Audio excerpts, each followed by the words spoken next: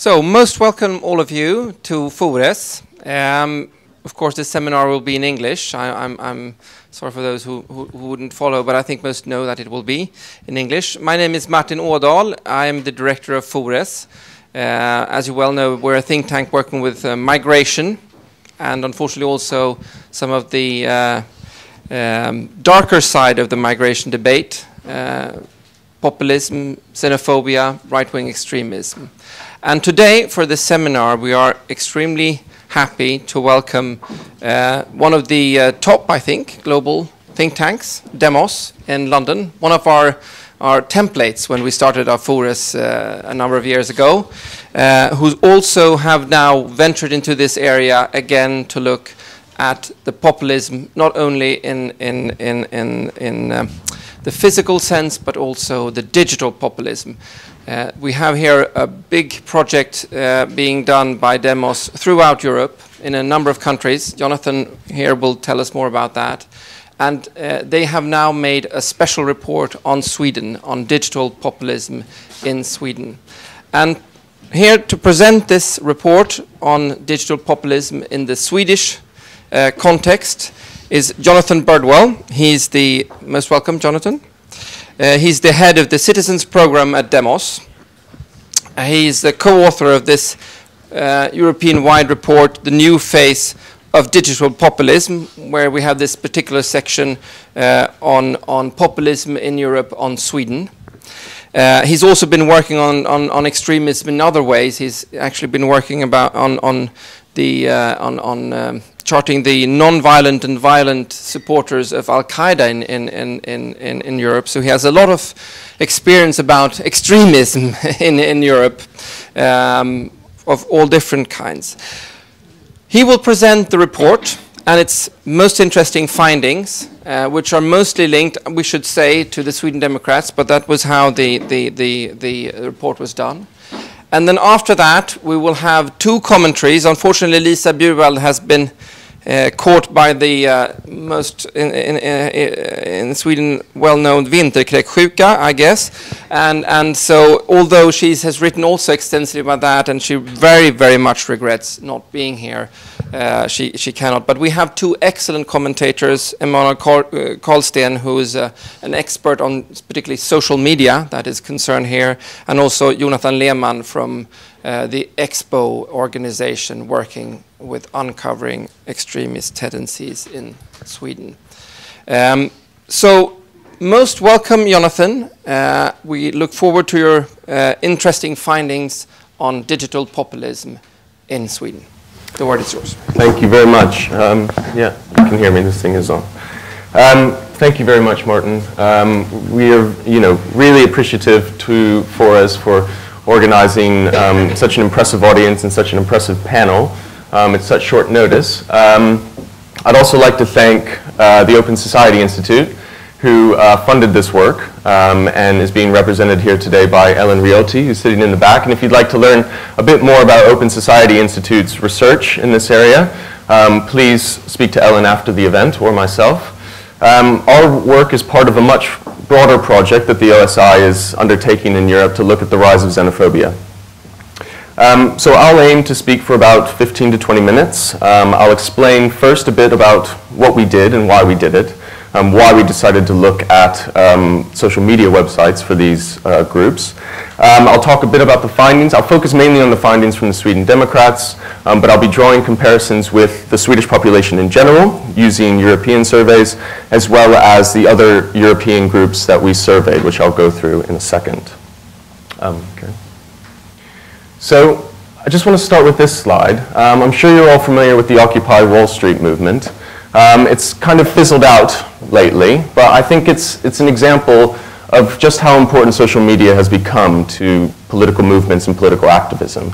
I mean, Occupy Wall Street went from an isolated phenomenon in New York to a global movement in a relatively short span of time.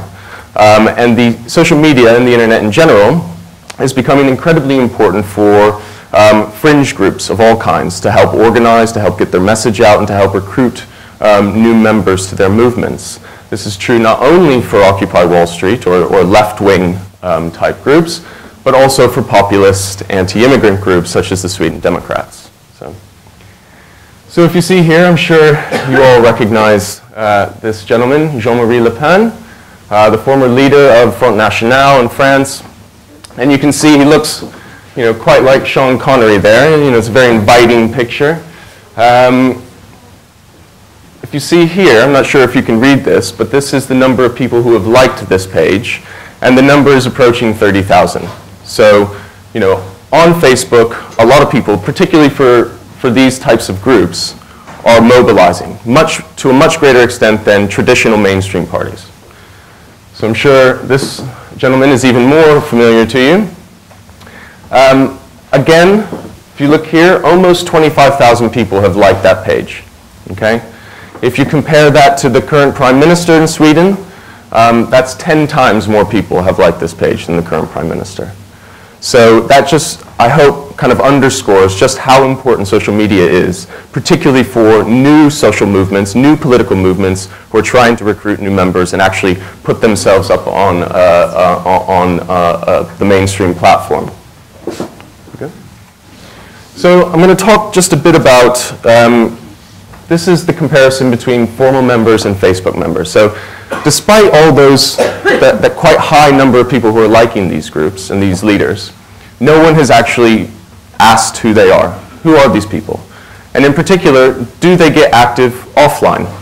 It's one thing to click like on Facebook. It's a complete another thing to actually vote for the party, to become a formal party member, or maybe to participate in a demonstration.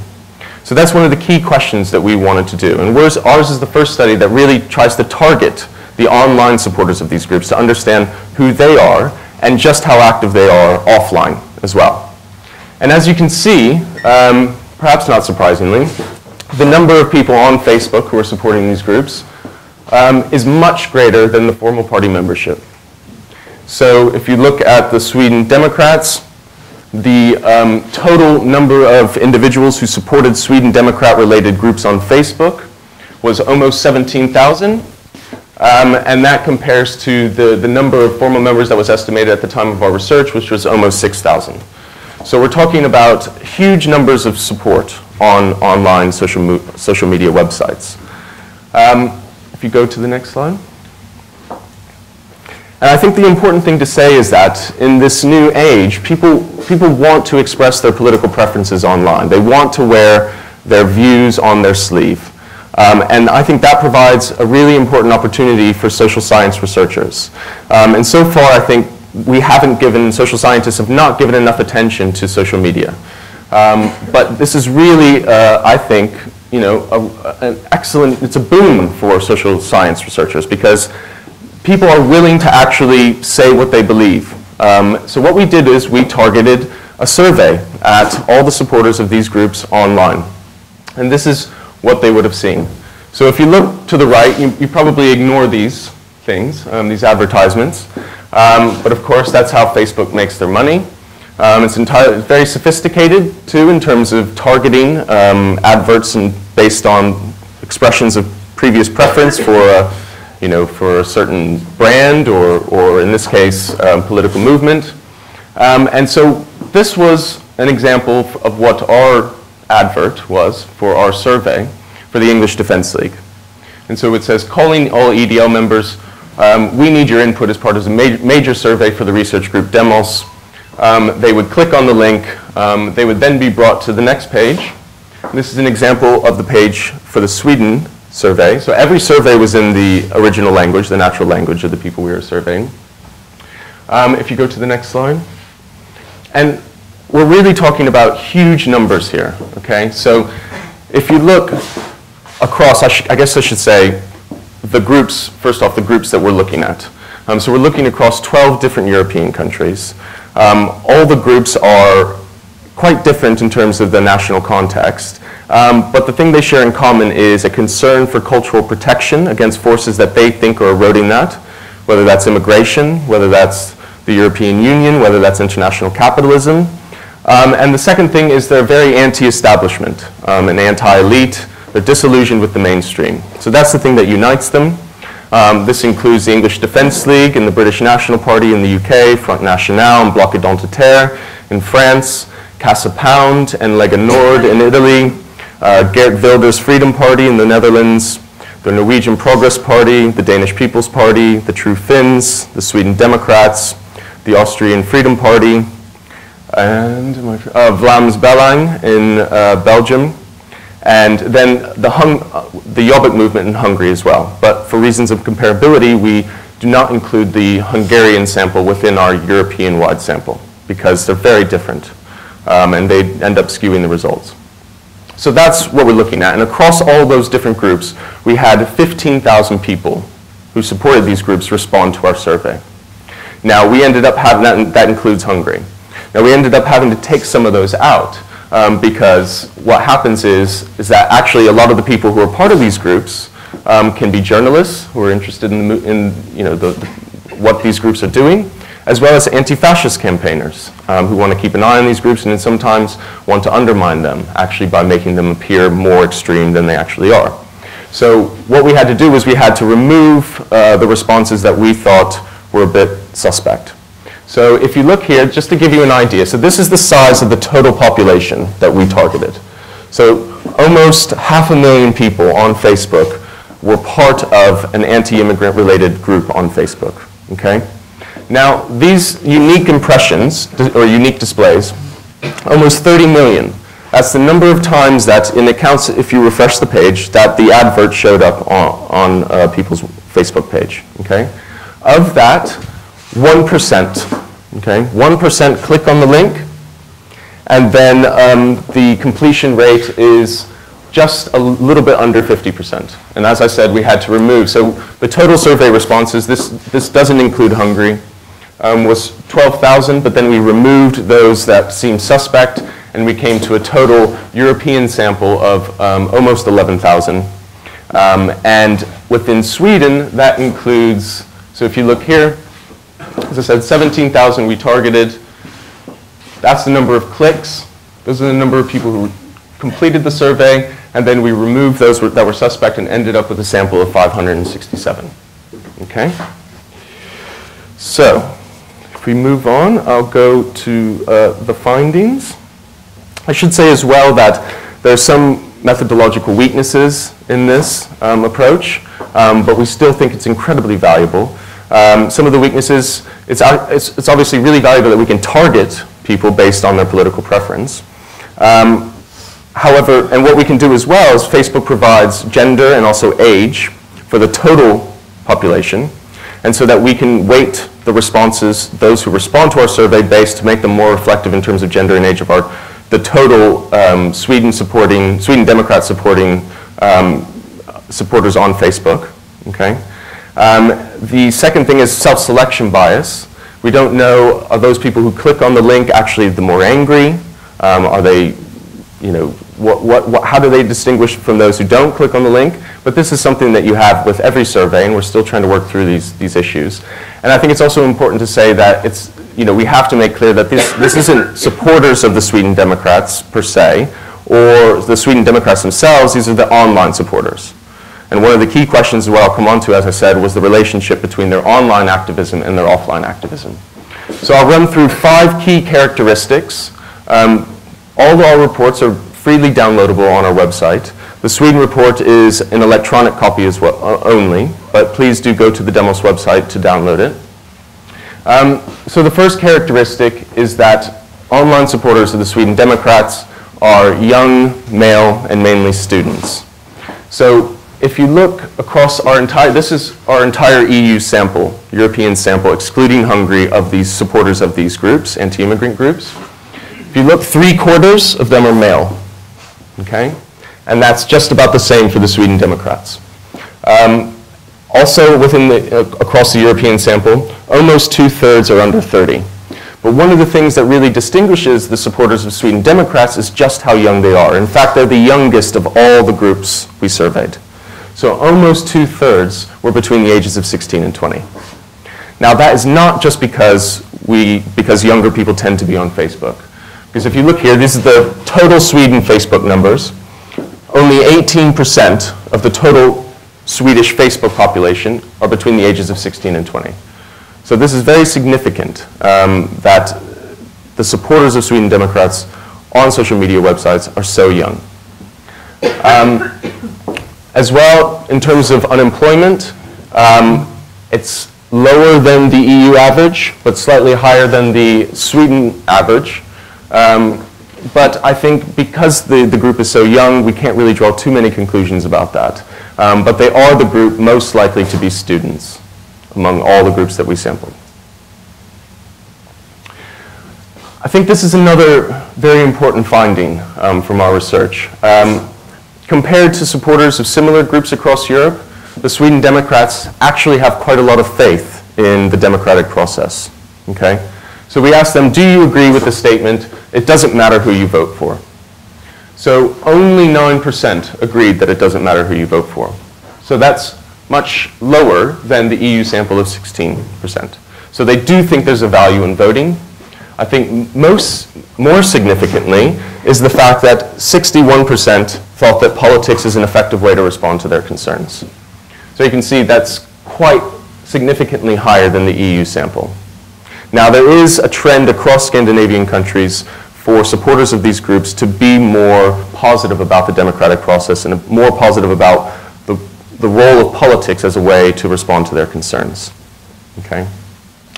They were also one of the least likely groups to say that violence was justified for the right outcome. So we asked respondents, do you agree with the statement violence is justified if it leads to the right outcome?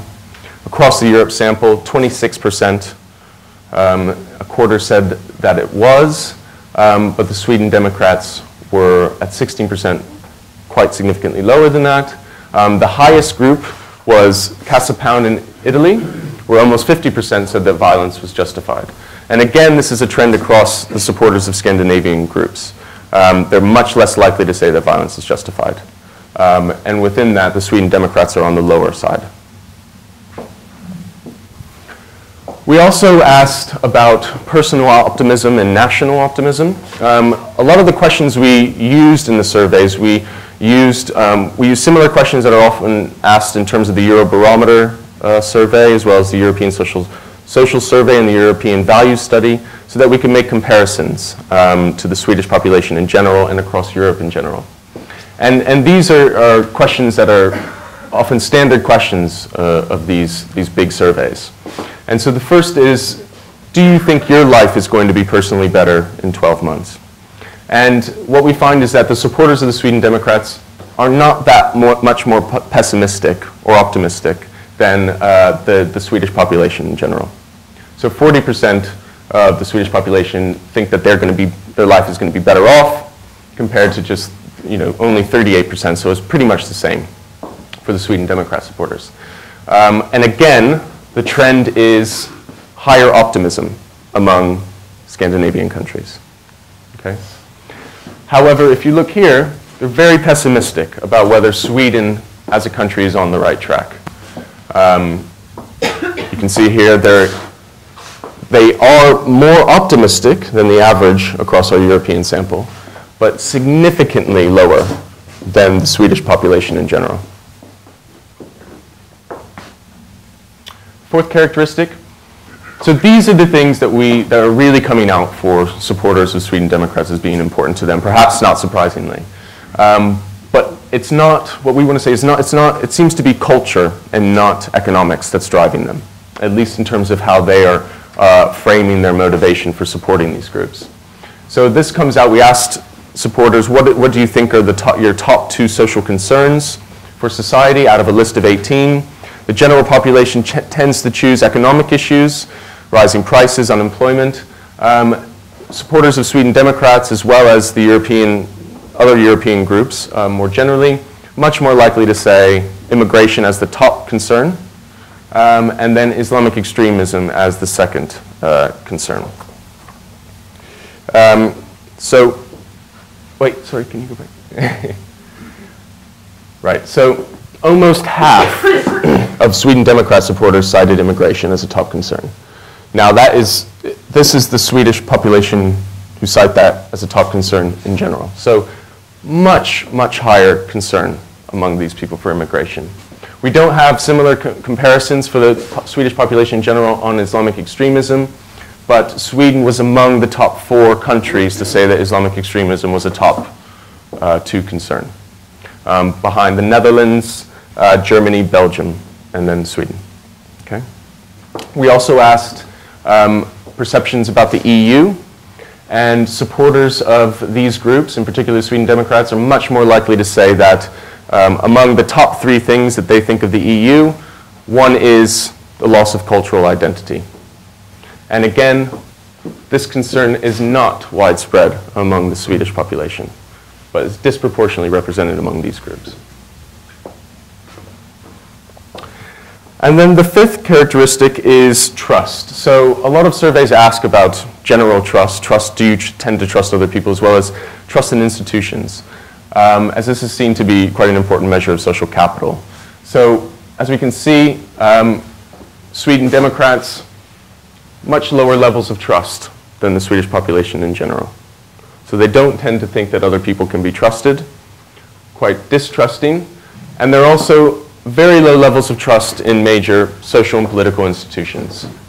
You can see trust in the government is particularly low, trust in the EU is very low. However, note that trust in the army is higher than the Swedish population. Another interesting finding with respect to trust in institutions is that supporters of the Sweden Democrats are about as equally likely as the Swedish population in general to say that they trust political parties. So again, and that's quite different than all the other supporters of other anti-immigrant groups. So again, we're seeing that supporters of Sweden Democrats, no matter what you think of their views, are quite positive regarding the democratic process. And we want to say that's a good sign.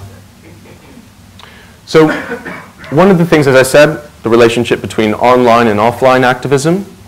So what we were able to do is we asked supporters of these groups if they voted for them. Were they formal members? Did they demonstrate? And then we were able to run regressions and also crosstabs to determine what made those who were active offline more likely to be active offline. Right? Was it were there gender differences? Were there age differences? Also, were there attitudinal differences?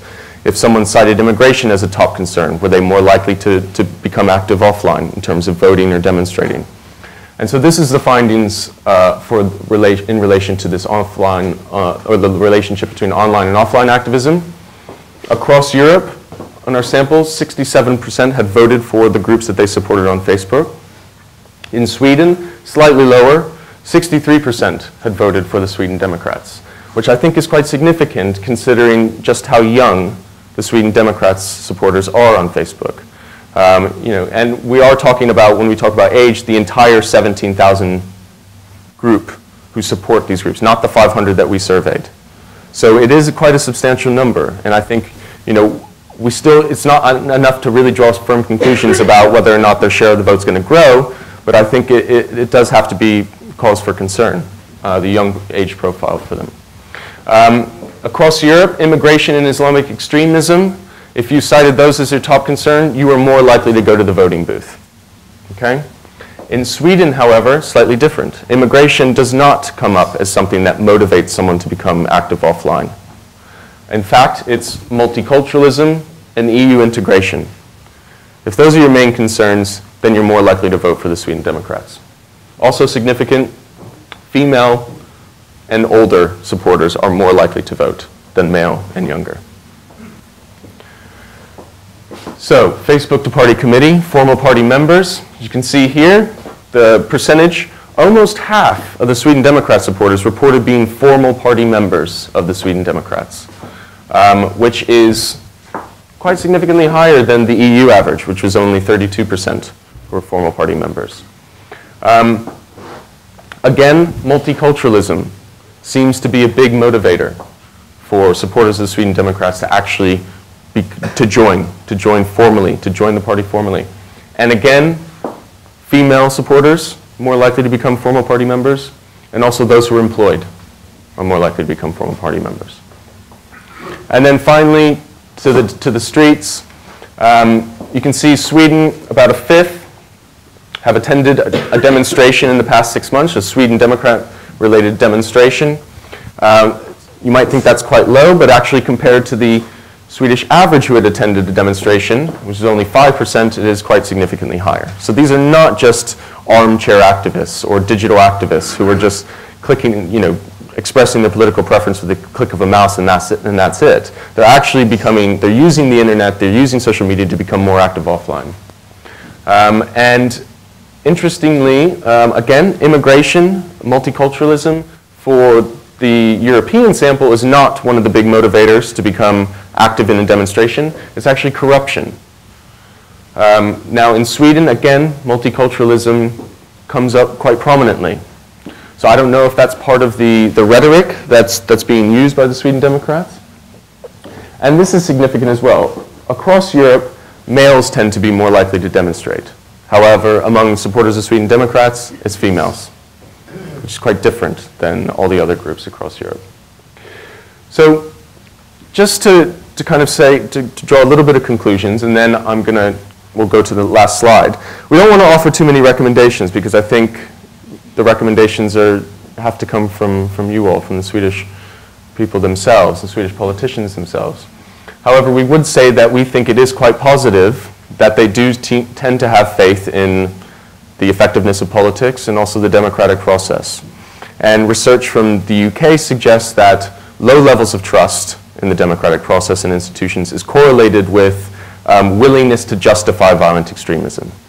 So we would argue that it's important to continue to engage these people. The other thing that's interesting is those who are active offline are more likely to trust various institutions, such as the justice system and the legal system. So we would argue that it's not the demonstrators who are on the street or who are voting that you need to worry about. It's those who are too disillusioned to actually take to the street that you really need to worry about. And so just to finish off, I'll let them speak for themselves. We asked them in an open response question where they could type as much as they wanted, what motivated you to support the Sweden Democrats? We categorized these according to a number of different categories. Anti-immigration was the most frequently cited, but also frequently cited integrity, disillusionment with the mainstream political parties, and identity. So you can see here just some examples, and there are more examples in the report, so I do urge you to read that. So, thank you.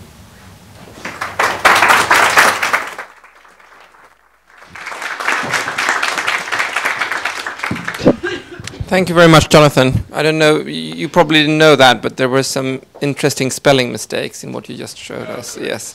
Well, I mean, for participants, and which may be somewhat explained by their youth, or I don't know. But anyway, thank you very much for these presentations. I didn't mention that, but of course we will have questions and answers on this report. But first we'll just have two brief commentaries by Emanuel Karlsten first, please, and Jonathan Lehmann. You can come up, both of you here, and take turns. Emanuel is one of those experts on social media that are now emerging in our country, as we are on the forefront in those issues. Worked at Expressen, he's also got awards being one of those top Twitter journalists a few years ago. And Jonathan, we can maybe present you later. I give the word directly to Emanuel here. Okay, so okay. Just a brief comment on what you just saw. Is that yes? Yeah, yes, okay. Exactly. Both of you. All right. So you can take turns here in commenting, and maybe Jonathan can stay up here also, please. Yeah. Well, mainly what I could see. I'm not an expert in the same field as you, but for me it's quite obvious overall that with social media.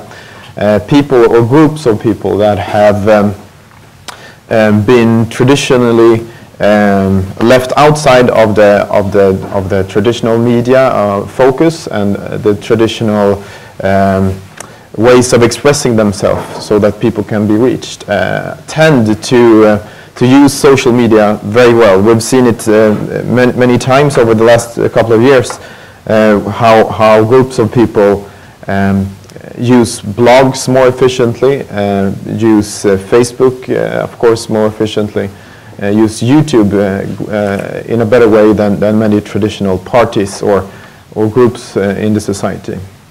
And what we've seen over the last couple of years, we've seen the Swedish Democrats actually taking a big stand and a big gaining a lot of attraction through using these platforms very well. And we've seen them use blog through Politiskt Inkorrekt and recently Avpixlat. And by doing that, reaching very far, further than actually most political representatives have done at all. What I've seen through this presentation is pretty much it confirms the fördomar, what do you call it? Prejudice. Yes, that I would have about the Swedish Democrats, that they are young and that they are. That they are driven by the different questions and so on, and it's just interesting to me to see that how that is also combined, that 20% is joining demonstrations and so on, and it confirms that they find somehow. How to say, stöd in support in each other through online, and then take it out to the streets, and how we can see that develop. I just mentioned, maybe asked both to Jonathan and Emanuel, now we're talking about the social media, that after the massacre by Anders Behring Breivik in Norway, we had a seminar on that also here some days afterwards. There was much discussion about the social media being a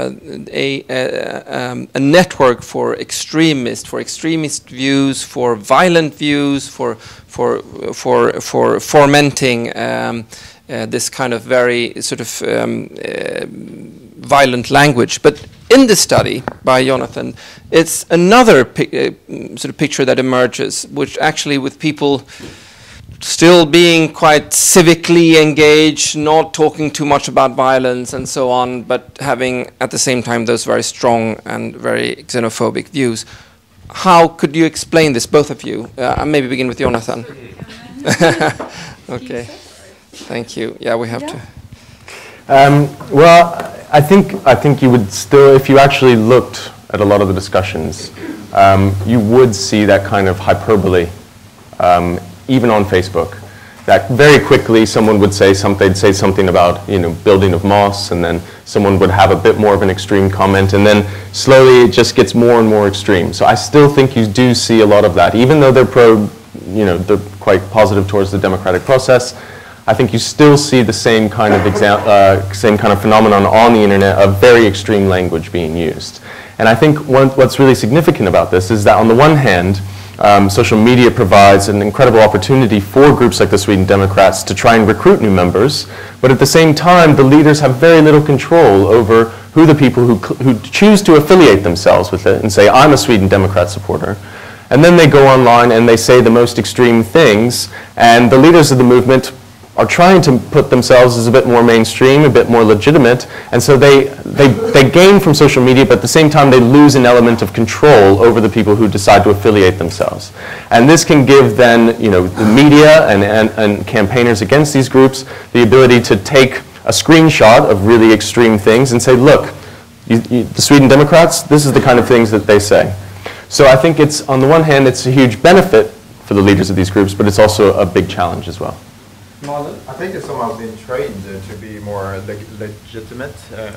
That they've seen that if they use the traditional political ways, they could gain more effect. They could somehow affect the big conversation in society overall. And they've seen by doing that, going through the traditional ways, they've been trained to act more legitimate and gain more traction from traditional media and for the questions that they have on their minds. Do you see a particular tendency in the social media against being more radical or less radical? I think less radical. They've learned, like I said, they learned to be more polite, to use the correct words, and they somehow they get burned sometimes, and then they learn from that, and then they do better. So we've seen that many times, especially throughout the country, in smaller cities, societies, and so on. That people, local media, do a screen. What do you call it? The screen grab from a Facebook comment or something. They do a big story on it, and then the Swedish Democrats learn from that, and they do better next time, and so on. So, and now we'll leave the word for a brief comment by Jonathan Lehmann. You are a journalist and a lecturer at Expo being the organization which was partly founded by Stig Larsson. We're now in Stig Larsson territory here. I probably know that his hero supposedly lived just across us here at FORES, so we're happy to be somehow rub off some of his fame here. But I think most importantly his work with Expo and the actual Expo organization is the one uniquely strong organization in Sweden uncovering extremist organizations. Jonathan, what is your reflections on this report? I guess I'm not surprised either by the results. I think rather it confirms some of the, or most of the things that I think we thought or we knew prior to this. The Sweden Democrats, the supporters of the Sweden Democrats being anti-establishment, the supporters of the Sweden Democrats being placing immigration at the center of everything that's wrong in society, and describing Swedish society as threatened by Swedish culture as being threatened. So I think, you know, it's not surprising that we see these results. And also, I think, you know, the Sweden Democrats obviously have been, you know, quite successful in having people who have ties to their party, strong ties to their party, being members and so forth, to actually show that in social media. So I think that sort of explains the high level of membership in the party. What I find actually really interesting is the fact that while supporters of the Sweden Democrats are skeptic about where Sweden is headed as a society, which isn't surprising at all. I mean, that's, if you sympathize with the Sweden Democrats, of course you're very likely to think that Sweden is not on the right track. But what I do think is interesting is that this actually shows that when it comes to your own views on your own you know, success in society, for instance, you don't find that the supporters of the Sweden Democrats stand out as being, you know, perceiving themselves as losers in a time of change or globalization. And I think this is something very essential here, because usually we hear explanations that these are people who are somehow not, well, they're just not, these are people who are sort of left behind in a time of change, you know? And so I think that if you just look at the results here, you find that rather it's ideology, it's rather than being a fear of losing privileges for oneself, it's rather actually agreeing with an ideology that places immigration and immigrants at the center of everything that's wrong in society. And really that's what we've been trying to actually show previously also. So I'm not surprised actually about that, but I think it's important to stress that.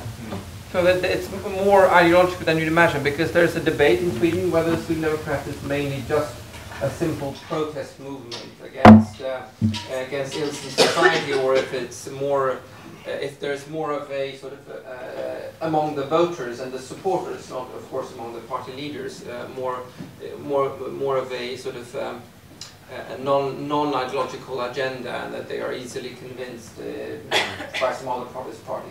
I don't know, what would be your reflections on that, Jonathan, compared to other European countries? Well, it seems that immigration, Islam, and multiculturalism, particularly for the Sweden Democrats, really stands out. I mean, these are the things that they're constantly mentioning. So I think it does seem that the ideology is incredibly important to these groups. And it's not that they would just kind of, they could be equally convinced by some other ideology.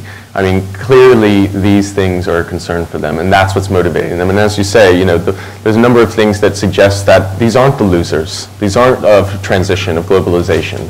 A lot of them they're quite young still, but they're still going to university. They're quite optimistic about their own lives.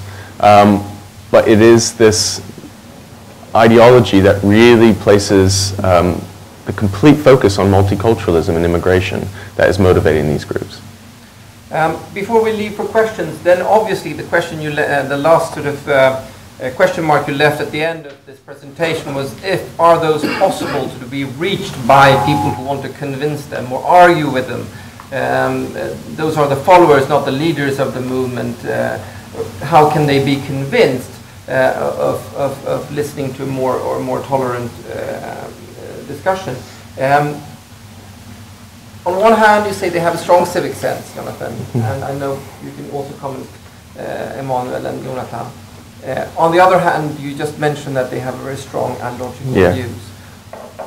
What if you want to sort of reach those people who are supporters of the Sweden Democrats, especially those people are extremely young? Many of them are just in their actually in their early teens or they can't even vote. I think well, there's two things. First, I think in terms of the ideology, in terms of trying to convey to them the benefits and the necessity of immigration, that's going to be a huge challenge, because they're just going to hear what they want to hear. They're going to think any facts that are offered supporting immigration are just propaganda. So I think there is a huge challenge there, but nonetheless I think there's maybe the broader issues about disillusionment in mainstream politics, and I'm not sure if it's the same. I imagine it is the same in Sweden as it is in the UK, where a lot of political discussion is completely sanitized and desiccated and public relations friendly. Politicians are so scared to say anything and to be candid and frank about it, that I think a lot of people are very disillusioned by that, and particularly young people. So I think the more that mainstream politicians can try and be a bit more frank, try and kind of resist the urge to say the most bland thing possible so as not to cause offense or be on the front page of the newspaper, then I think you can hopefully try and encourage more younger people to have greater trust and to not be so disillusioned with mainstream politics and mainstream politicians.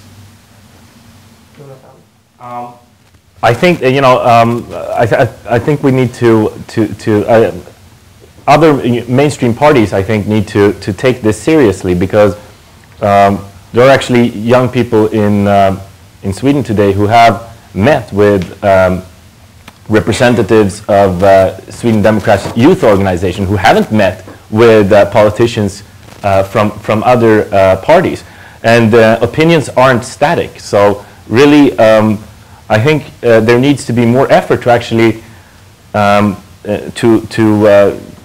try to convince people, actually potential voters of the Sweden Democrats, to convince them that that these other parties, that their description of reality and about the challenges that we're facing is better. And but I think that needs to be done at a sort of grassroots level. I think that people actually need to reach out and actually talk to potential voters of the Sweden Democrats, and to have visions on a society where we live, together with coexistence. Can this be done online? We have, I mean, personally, I have, as you know, FORES works a lot with digital media in all different ways, and then we also have this site migrationsinfo.se, where we try to give as much sort of objective information about migration as we can. But our experience, it's quite difficult to sort of get into an online debate on different sides and sort of challenge young people who have very strong views, because you get enmeshed and you can never get out of this. It goes on and on and on. It's a very hard work. What's your opinion about that, just before I leave the word to Mark? Yeah, no, I completely agree. It's kind of starting, there's so much you can do, I think, with someone who's already adopted the ideology, and they've already become fixed in their mindset about this. But I think if we step back a little bit further to the next generation, one thing that we're quite passionate about at Demos and we're doing research on is this notion of digital fluency or digital literacy, which is basically how are young people making decisions about what are trustworthy sites of information on the internet. Because really, I mean, you talk about how important the internet is and what a revolution it is, but really, I think you can't underestimate that. I mean, the amount of information that is at our fingertips is incredible. And before, there were usually these kind of gatekeepers, editorial boards, experts that would help filter the amount of information that ends up in the public sphere. And yet, we don't have that now. So there's valuable information on the internet, as well as huge amounts of misinformation and disinformation. And our research suggests that young people are not very good at kind of understanding and making decisions about which sources of information to trust, which makes them susceptible to propaganda. So it's a combination of making sure that young people have really, really important critical thinking skills. How do they assess evidence? How do they make a judgment about, how do they identify author bias? You know, I think these types of basic skills are more important than they've ever been. And then you have to combine that with specific knowledge about how the internet works. Our research suggests that, again, young people kind of make decisions about, they think the Google search function returns websites on the basis of truth, as opposed to, you know, being able to kind of manipulate the results.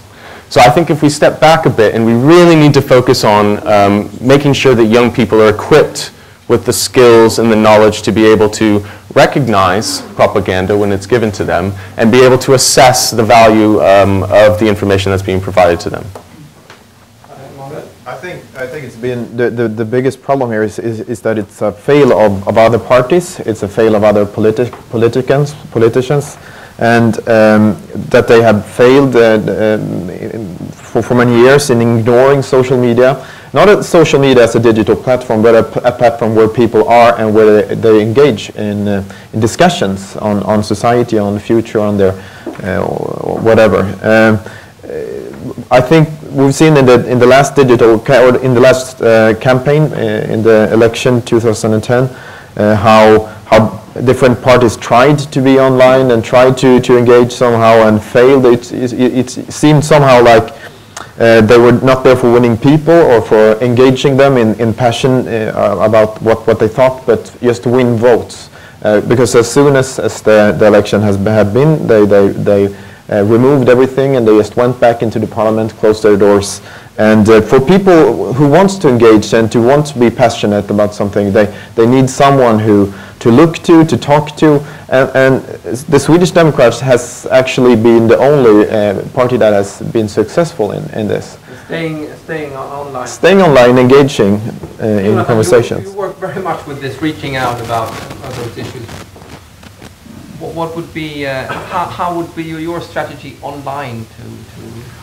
Well, I think actually you need many sort of strategies at the same time, and I think education and what you described, you know, teaching young people to actually to handle sources is very important, and also because I see you at Expo presenting that some of them actually go onto those nationalist sites which are similar to Wikipedia and to get their sources about the Holocaust and so on without actually knowing that those are right-wing extremist propaganda. So they have been, you know, intolerant groups have been quite successful on the internet, and I think that you know, the rest of society maybe hasn't challenged that yet as much as we could, but and also, you know, correcting misunderstandings about immigration, for instance, like FORES does. But I think what really is at the center of this is actually challenging intolerance itself, dividing people into various groups, blaming a whole category of people for what one person has done or for what one person has been accused of doing. And I think that's a sort of long-term work that needs to really be a part of education when people go to school, actually, and which is actually at the center of the policy documents for the Swedish school, of course, but which really needs to be done not just one day of a year, but really needs to sort of really be at the sort of center of activities in school. Can I ask you, we can see in this report very specifically that those are young people who are forming strong and logical beliefs. When they grow up, so to say, when they become more than 16 to 18 years old, do they sort of harden in their views? Do they become more of an organizational core for those parties? Can you say something about the European aspect of this and maybe also from your experience here in Sweden? And then we'll leave for questions. Well, I'm afraid that's a really important question and something that we're looking into because we want to use this database to do kind of further studies about questions like that, because I think you do tend to see a kind of fervency of belief when you're young and being susceptible to kind of taking on board certain ideologies that you then grow out of. So I don't think we can say, I don't think we can say this is necessarily going to develop into the leaders of tomorrow. I'm sure some of them will, but I don't think we can say that it's going to harden into a firm ideology when they grow older. I think for a number of them they will grow out of it. But this is something that we need to look at because I think you could also say that, well, it's generationally. For example, in Hungary, the younger generation didn't live through the communism. The World War II is quite distant from them, and so that might impact on their willingness to believe a lot of the things that they do. So I'm afraid that, my answer is that I think most of them probably will grow out of it, but we'd still need to do some research on this. I think that like Jonathan said, it's actually really hard to say, but I think this sort of shows a trend, that definitely is worrying, and I think it has. There is a dangerous potential in the fact that there are actually alternative news outlets that really describe society through a lens where immigrants, Islam, are always at the core of the problems of society. And so I think there's really quite a large challenge here to actually, for various parts of society, to actually to describe society differently and to gain support for that, and to actually be for something else, get potential voters of the Sweden Democrats to actually support another view of the problems of society. I think that's the challenge, actually. We have a very knowledgeable audience here, so please don't be shy to ask questions about this report or to make some additional comments. Who will take the first issue here? We shouldn't be shyer than the activists on the internet here. There's the first question. Thank you very much for an interesting presentation and a discussion. I'm though missing out on... If you want to the extent that you do want to, you can present yourself. Yes, I will. Sorry, Martin. My name is Per Dagerström. I'm with the think tank Global Challenge, Global Utmaning. We also deal with questions about immigration, and I'm really appreciating this seminar. But what about the populistic perspective on this, regardless whether it's from the right or the left? This was the topic of the seminar, and I think if you could comment that, being active on the net, is that populistic, or where is the populistic perspective? And is the answer and challenge for other mainstream parties in Sweden, is that becoming more populistic, or what is your take on that?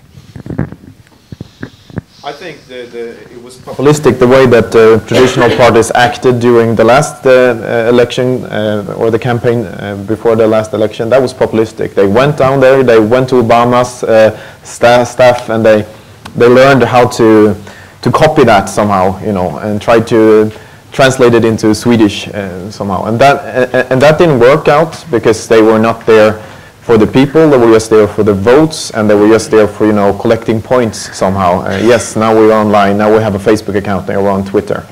And they didn't know how to engage people into their politics, I think. And that was populistic. That was something that they did just for that it should be done somehow. Now, yeah, that was the answer to the question. Did you have something? Well, I think, you know, just to say a few words about that. I think this is a matter of terminology.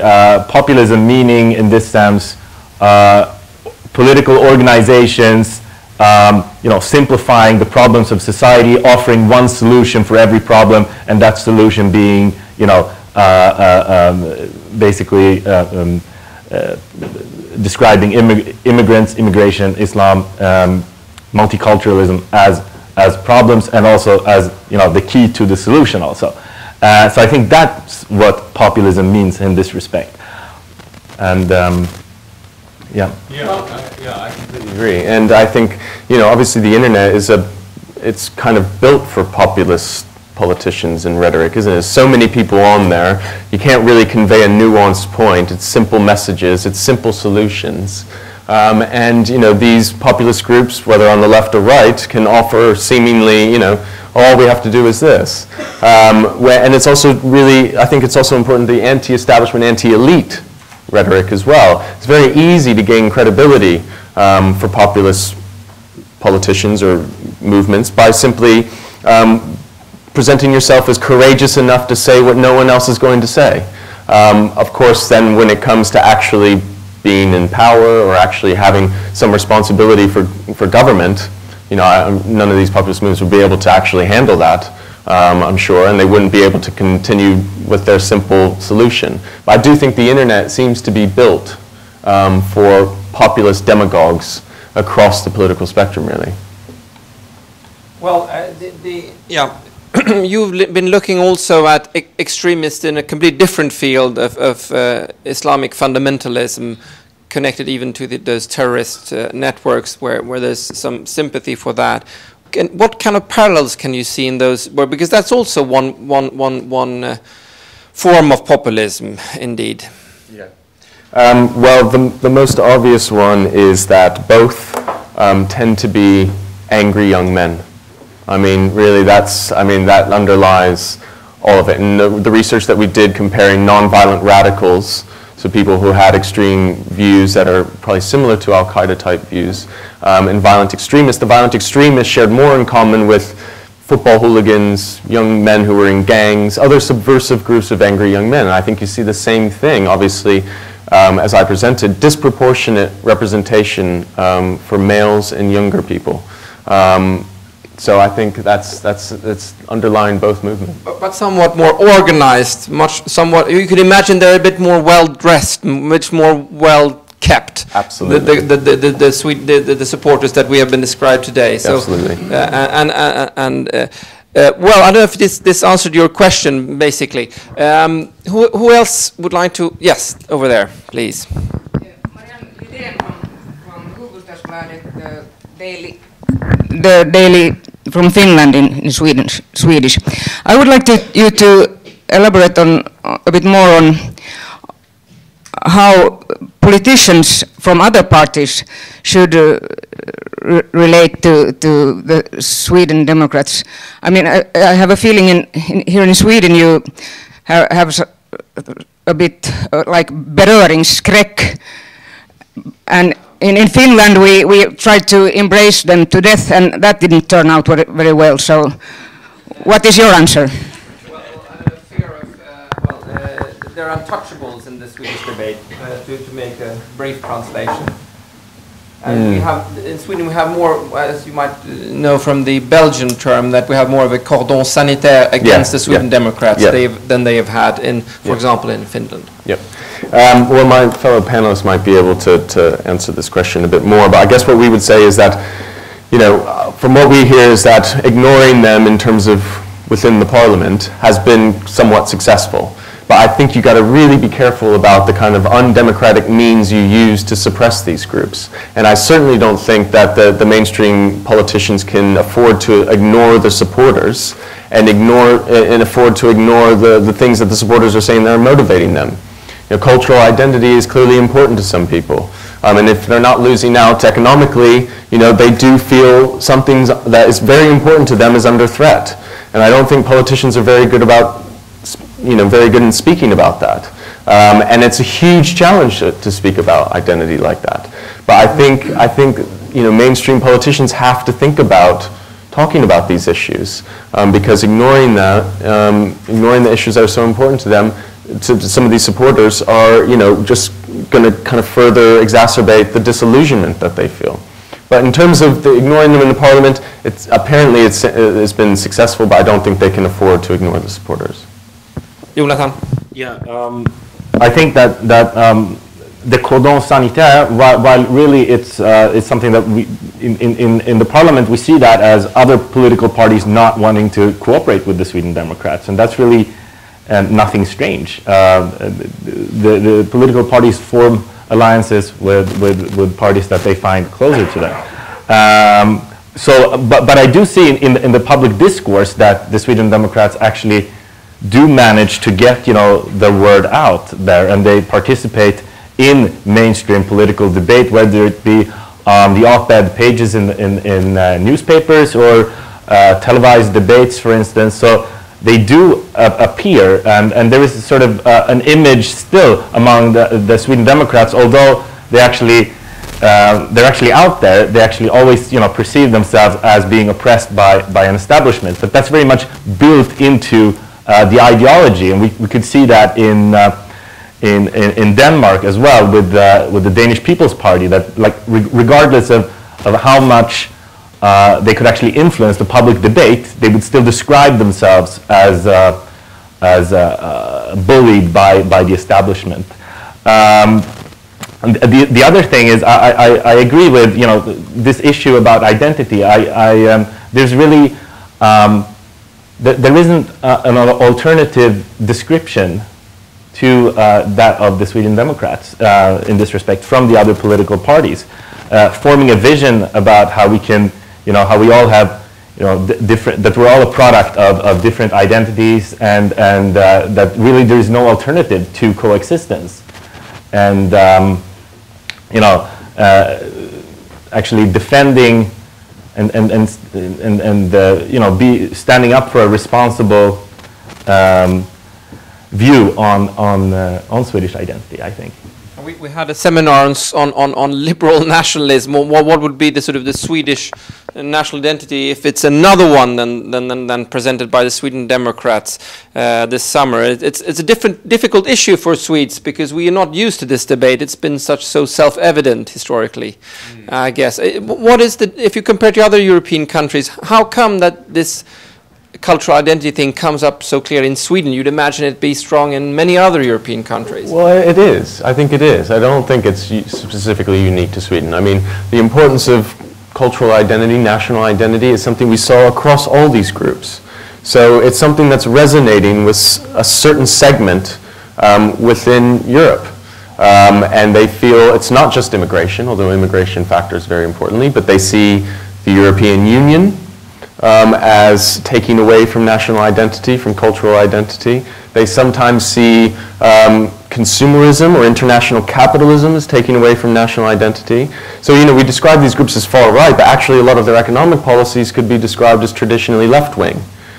So it's all these forces that they see as eroding national identity. And I think you're right, it's somehow making an argument that national identity isn't fixed. It's always in flux. And you can kind of look back with nostalgia at what that used to be, but you have to accept the fact that it is in flux, it's going to change, and politicians need to be comfortable about talking about that and making an argument for that. Yes. Well, sorry. Please. Okay.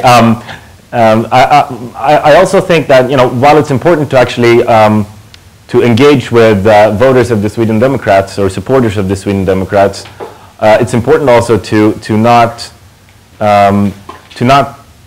you know, believe that because there is an opinion with these views that one should sort of that one should sort of position oneself closer to them. I think rather offering a strong alternative to that view is really the important thing here, and it has to do with actually what has been successful in various European states, where parties that have cooperated with or have started using the language sort of in line with intolerant groups, then, you know, that has been the political language in that country, and it has not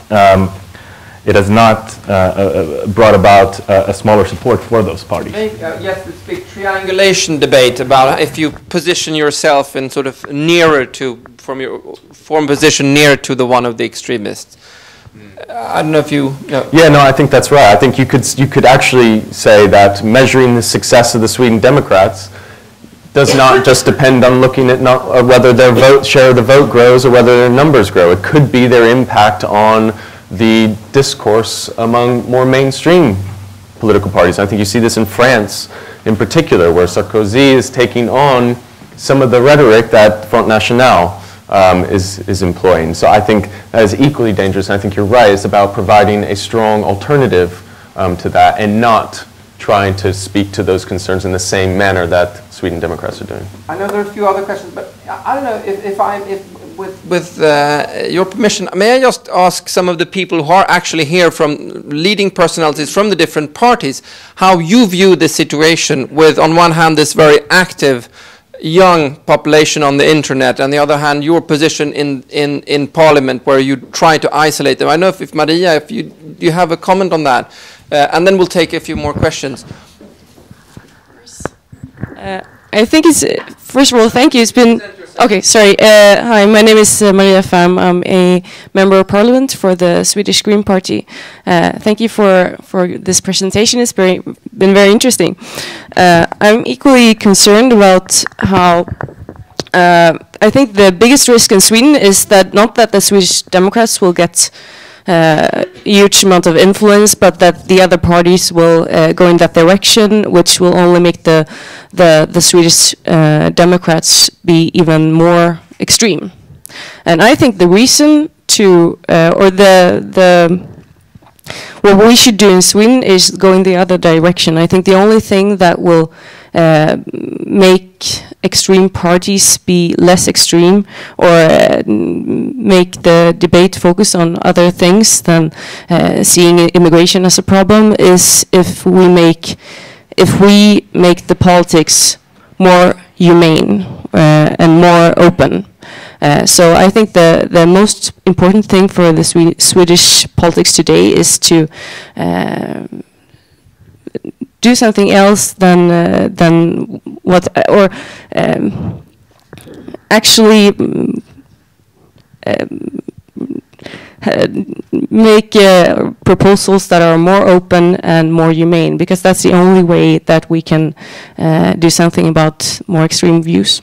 But also, I think one other interesting thing that I think Jonathan said was that we need to have a good education in order to make people be better at critical thinking. And that's actually something I'm worried about today, because in Sweden, people are, less and less people are leaving the high school with enough grades, and there are proposals from high-level politicians that you should actually lower the demands in high school and not learn as much as before. And I think that's a huge problem, because I think you actually need these democratic skills in order to be able to not listen to people who come with these views. Thank you. Is there, I don't know if Ben, do you have a comment also? I'm only listening. You're only listening, okay. There was a question there.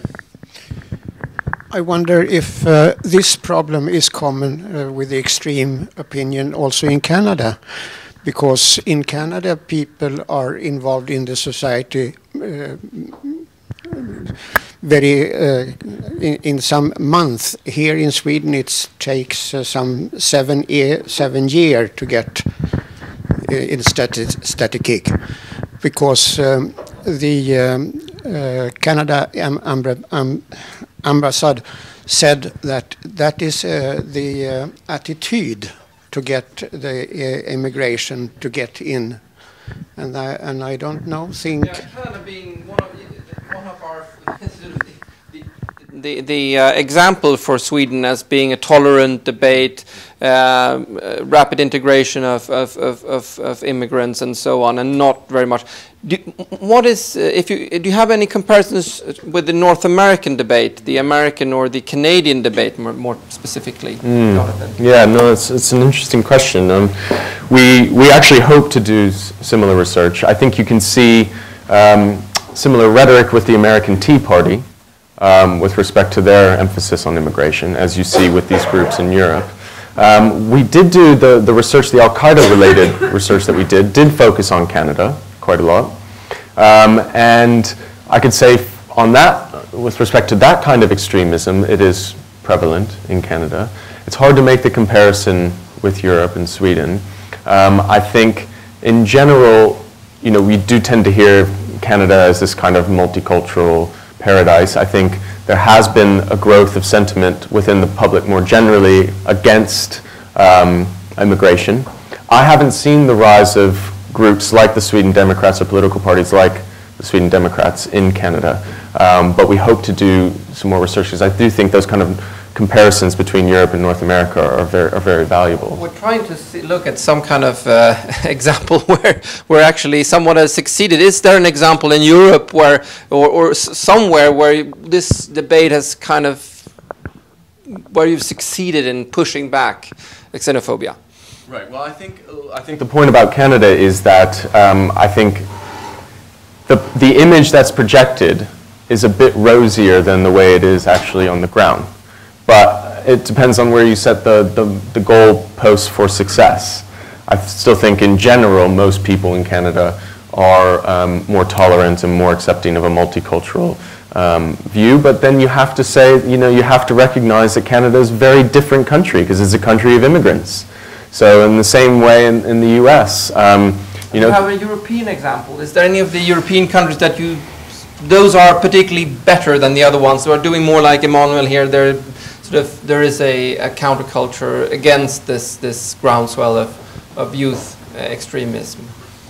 To be honest, no. Not yet. I mean, I guess, yeah, no, I mean, yeah, I would say it probably is one of the Scandinavian countries. So we're still not the least bad, if I understand right. Okay, there's a question right there. Actually, not a question. I wanted to fill in from a political perspective, because I'm a political advisor to Andreas Bergström is my name, and I'm a political advisor to the integration minister, specifically in questions of discrimination and xenophobia. And I think, I mean, we've been discussing this social media, xenophobia and so on for a long time, and we did a crude attempt at countering this by publishing a web page where we try to debunk popular myths on the internet. I don't know if it is really, actually it built somewhat on things that FORES have done before, migrationsinfo.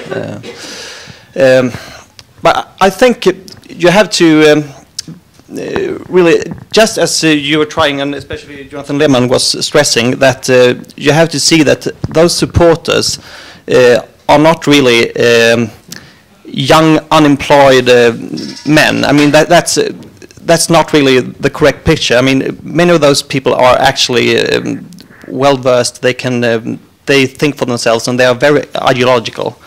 So I think, I mean, I totally agree that a good education and so on is important here, but at the same time, you can look at facts in different ways. So not all of this is because people are not well educated. Actually, they see the facts, they know the numbers, and they still think that we have too many immigrants and we should worry about Islam. I mean, that's one very big issue. And I mean, it's true. I mean, I think we all have to agree.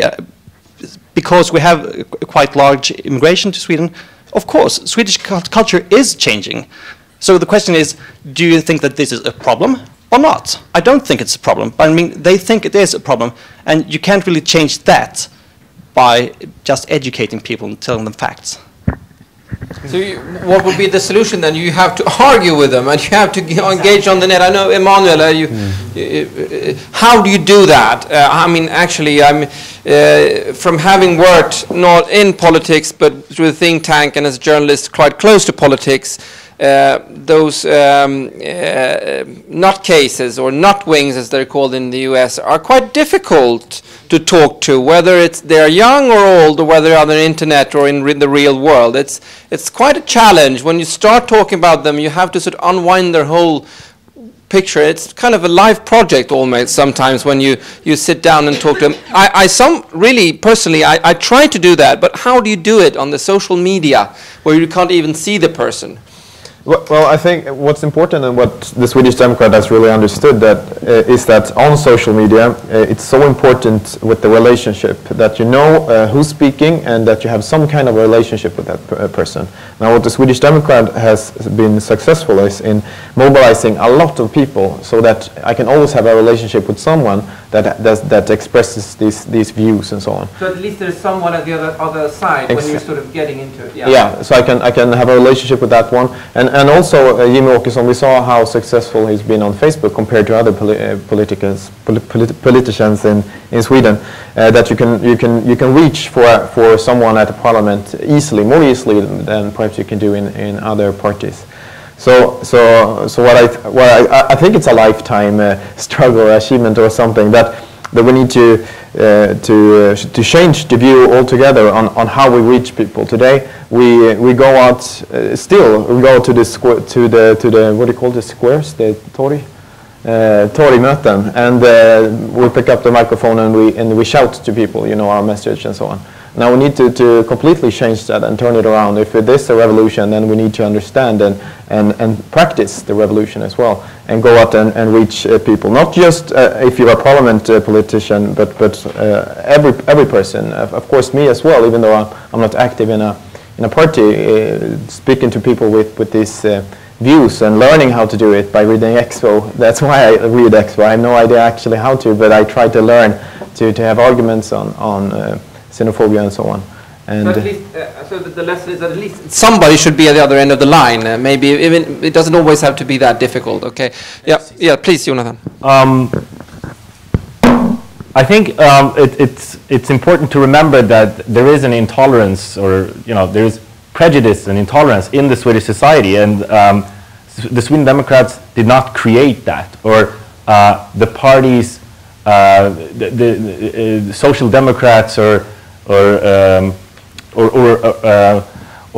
the parties in the alliance did not create by failing in different aspects of policy, but rather there is an intolerance in the Swedish society, like in all other societies, and it's been around. And so I think that's really, and the success of the Sweden Democrats is actually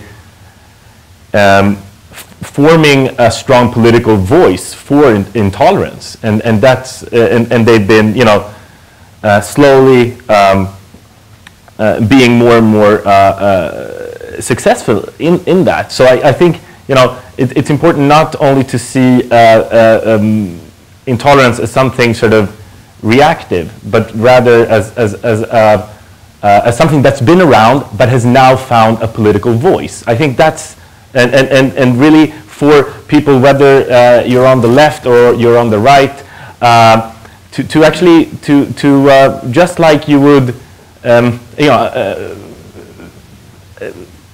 just like you would debate the right from a left perspective or debate the left from a right perspective, I think that's how you need to talk also to potential voters of intolerant parties like the Sweden Democrats, to actually believe in your ideas and your views on society. Not telling them that you're wrong and just telling that everybody disagrees with you, but saying that, you know, this is what I think from the right side, or this is what I think from the left side, as opposed to what you think in this particular xenophobic movement or so on. Would that be the... Yeah, I think, you know, talking about politics like always, basically. Yeah, yeah.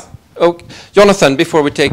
Yeah, I think you're right. It's not just a matter of giving them the facts and teaching them critical thinking. You do have to make a values-based argument. I mean, it is about your vision of society against competing visions. And I think it's also important just to recognize that, you know, even in North American countries where there are countries of immigrants, you still have, you know, over generations, periods of adjustment that have to happen. New immigrants to the US had to go through a period where they weren't fully integrated. There was a lot of prejudice against them, and then eventually they were kind of enveloped within the fabric of the country. And I think, you know, we have to kind of take a long view in Sweden and Europe more generally, that there has been you know, quite a significant influx of immigration. And you could also say that culturally it's quite different than, you know, the history of immigration in the US, for example. And that's going to take time to adjust. And there is going to be that period. And it is about making the argument for a vision of society that, you know, we have to accept. There's no going back. You know, a lot of what these groups want is completely impractical. They want to, you know, expatriate everyone who's not ethnically of that country, which is just completely impossible. So, you know, it is about making the argument and recognizing that it's a long-term And Jonathan, Demos has worked a lot with civic society and sort of this kind of civic dialogue between people in associations and so on. How do you actually talk to those people, those 15,000 or whatever who are in the internet who support those views? How do you engage them? Emanuel said that you should just simply talk to them at least, and Jonathan said that you should talk to them, you know, just as any regular politician. Do you have any advice? How do you engage with them? Do you have any particular idea about that? Well, I mean, I think it's incredibly difficult. I mean, like I said before, in terms of those who've already have a fixed opinion, I think you're right. You have to engage with them to some extent. And it's difficult on the internet because it then just becomes a kind of shouting match. So hopefully trying to take conversations on the internet, try and make them as civil as possible, try and set, you know, do the kind of, give some deference to their views, but then make an argument to try and convince them otherwise and say that, you know, just like I said, there is no going back. Yes, Swedish culture is important, but, you know, we're not going to lose Swedish culture, but we have to kind of move on, and that's just the way things are, and cultural identity is in flux. But I mean, I'm afraid I don't have the answer to the precise way to engage with them. The last question. But isn't the issue winning not winning those people that are already fixed in their position, but winning those that are uncertain, that watches the debate and so on? And by engaging in the debate, where we're showing people that we're here and we have another view, another standing point, and so on. And that is, I think that is the big point. I think what Emanuel just said now is actually very important. If you look at surveys measuring intolerance, intolerant attitudes on a popular level in Sweden as well as in other countries, you find that the group of ambivalent respondents is actually a very large group. People who are susceptible to both tolerance as well as intolerance. And sometimes I think we forget that group. We only talk about tolerant and intolerant, but really there is this ambivalent group that is very susceptible to... And the attitude surveys actually show that a higher proportion of the Swedes are getting more and more tolerant, while the minority, probably the ones that you are describing here, are become more vocal and more visible. So it's kind of a two separate strains. Now the final question right here. It's not a question, it's a comment, and actually you already said a lot of it. My name is Anna Tos, I work with social media, and I just wanted to stress how important it is that what you said, Emanuel, that this is actually a public responsibility. It's a responsibility for all of us, not just the politicians. And I've seen that the Swedish Democrats seem to have some kind of automated notification. So whenever a subject that is connected to their point of view, it could be almost anything in any forum or blog or anywhere, then they're there and they will give that, immigration twist to the question.